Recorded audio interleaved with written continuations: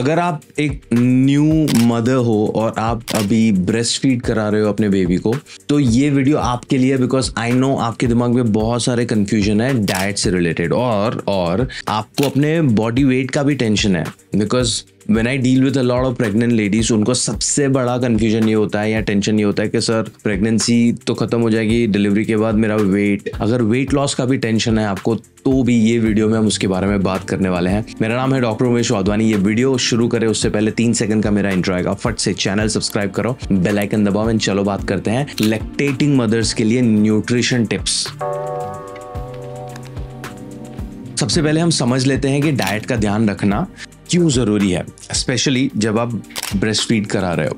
देखो, breast milk जो है it's almost a balanced meal for your baby, but अगर आपका न्यूट्रिशन सही नहीं है तो ब्रेस्ट मिल्क का प्रोडक्शन सही से नहीं होगा, और प्रोडक्शन सही से नहीं होगा तो आपके बेबी को सही से मिल्क नहीं मिलेगा तो आपके बेबी को सही से न्यूट्रिएंट्स नहीं मिलेंगे जो उसकी ग्रोथ के लिए जरूरी है। ये काफी सिंपल है समझना। तो आपका डाइट सही होना बहुत जरूरी है, बहुत जरूरी है। तो वो डाइट क्या हो सकता है, सब बात करेंगे पॉइंट 2 से। पॉइंट 2 इज, आप ब्रेस्ट फीडिंग करा रहे हो डजंट मीन कि आप एक अलग इंसान हो चुके हो। आप इंसान वही हो। अगर आप पृथ्वी नामक ग्रह के इंसान हो तो आपको खाना वही लगेगा, थोड़े मॉडिफिकेशन लगेंगे, बट पहले फंडामेंटल समझ लेते हैं ना। हम सारे इंसानों को एक बैलेंस डाइट लगता है। क्यों?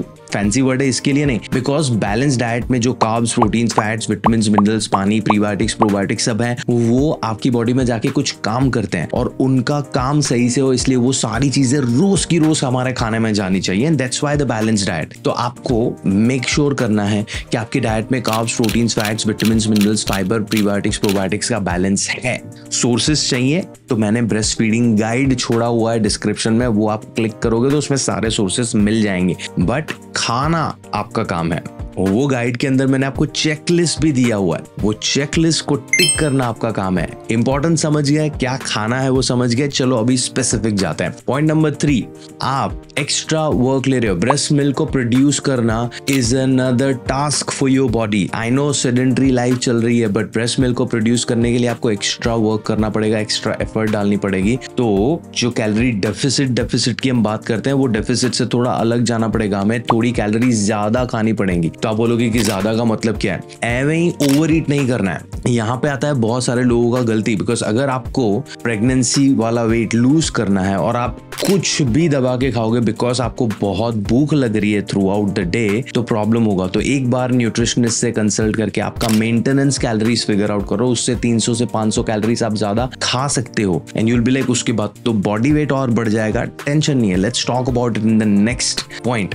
देखो, आपका जो बॉडी वेट है ना, उसके बारे में अब भी टेंशन लेना छोड़ दो, बिकॉज आपका priority is not losing weight. आपका प्रायोरिटीज आपका हेल्थ अच्छा होना, आपके बेबी का हेल्थ अच्छा होना। आप वेट लॉस के चक्कर में आपकी बॉडी को सही से न्यूट्रिएंट्स नहीं दोगे तो आपकी हेल्थ भी कॉम्प्रोमाइज होगी, आपके बेबी की भी हेल्थ कॉम्प्रोमाइज होगी। वेट क्या है? बाबूराव जैसे बोलता है, हाथ का मैल है, आज है नहीं है, चला जाएगा जब आप ब्रेस्ट फीडिंग बंद करोगे। बट अगर आपको वाइल लैक्टेटिंग अच्छे से वेट मैनेज करना है तो portion control is the only way. You set the foundation right. You are eating a balanced diet, ठीक है? Then you figured out आपका कैलोरी डेफिसिट कितना है या कैलोरी रिक्वायरमेंट कितना है। उसमें आपने थोड़ा कैलोरी ज्यादा डाला क्योंकि आपको एक्स्ट्रा एफर्ट लग रहा है। Then start working on burning those calories as well. You have to start adding movement to your routine.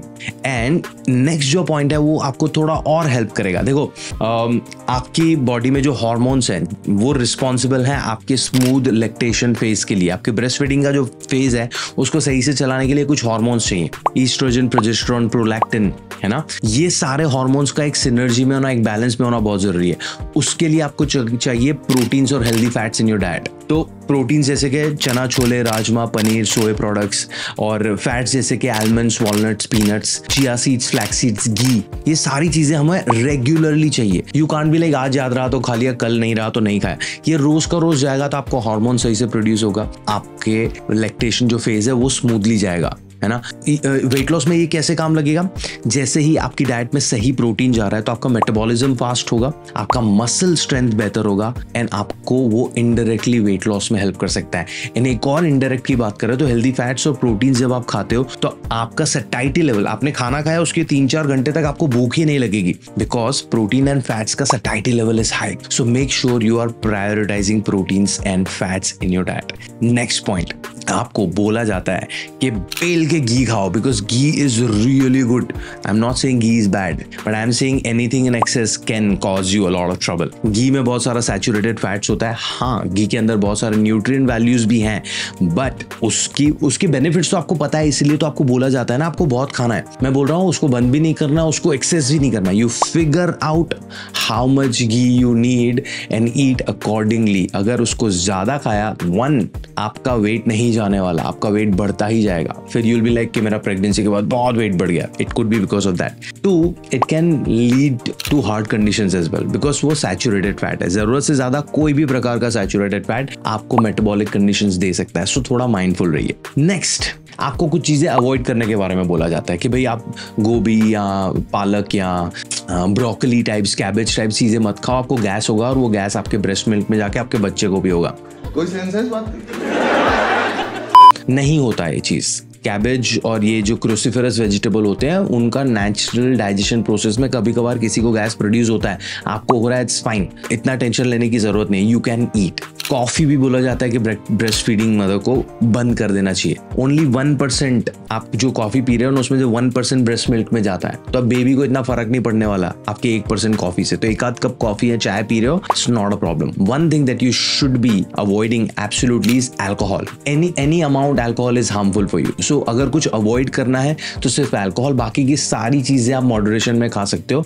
B in touch with your doctor and a dietitian, as simple as that. And दोनों का combination आपके सामने बैठा है, उसको देख रहे हो, कनेक्ट विथ मी। अभी फाइनली वापस से हम वेट लॉस पे आ जाते हैं because a lot of you are concerned about. तो जैसे मैंने बोला यार, आपको अभी उसकी टेंशन लेने की जरूरत नहीं है, but if you want to work on your weight तो थोड़ा सा मेहनत लगेगा। मेहनत is in the portion control side. अगर आप सही से carbs, proteins, fats, vitamins, minerals, prebiotics, probiotics का बैलेंस वाला खाना खा रहे हो तो आपका breast feeding phase is going to be really smooth. आपको कोई हेल्थ कंसर्न्स नहीं आएंगे। बट आप जैसे ही पोर्शन कंट्रोल करना शुरू करोगे तो आपको स्केल पे वजन कम होता दिखेगा। तो अगर आपको अभी उसकी टेंशन हो रही है मेरे ये वीडियो देखने के बावजूद, तो you can get in touch with me. My details are given in the description and we can work on it. But if you are someone who is a self learning, आपको चीजें सीखने से, अपने आप चीजें करने में मजा आता है, तो मैंने एक 4 घंटे का छोटा सा प्रोग्राम बनाया हुआ है। वो प्रोग्राम आपको सिखा सकता है कि आप आपके ब्रेस्ट फीडिंग फेज के लिए डाइट कैसे बना सकते हो। उसकी डिटेल्स भी मैंने डिस्क्रिप्शन में दी हुई है। अगर ये दोनों चीजें करने से पहले आपको मेरी टीम के साथ बात करना है over a free 15 minute consultation, उसकी डिटेल्स भी मैंने डिस्क्रिप्शन में दी हुई है।